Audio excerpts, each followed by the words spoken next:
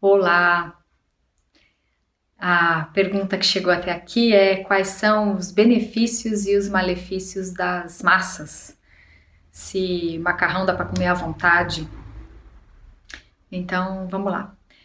Massa é um termo geral.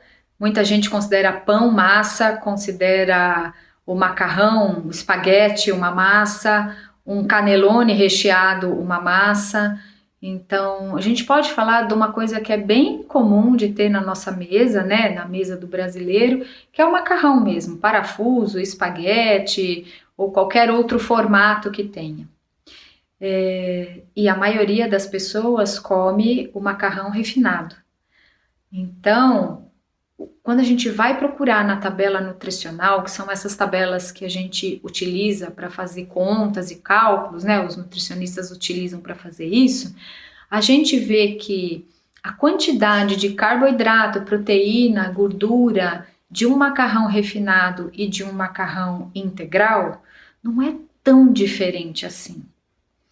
O teor de fibra pode diferir um pouquinho, né? Mas mais do que você se preocupar se o macarrão é refinado ou é integral, e eu sugiro que você prefira o integral, porque é um grão menos refinado, menos processado, mantém a casquinha, mantém mais nutrientes ali, qual é o acompanhamento deste macarrão?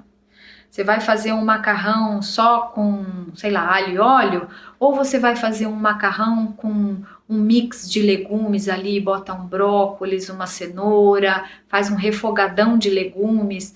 Pode, por exemplo, pegar os legumes que você tem na sua geladeira, que sobrou do almoço, mistura tudo e faz um macarrão para o jantar, por exemplo. Então, mais do que você se preocupar com o tipo de macarrão, é você se preocupar o que vem com o macarrão. O macarrão tradicional, ele é comido aí com molho de tomate e queijo ralado por cima. Então, a gente tem menos legumes ali e a gente tem um componente que tem uma quantidade calórica muito grande, uma alta concentração calórica, que é o queijo.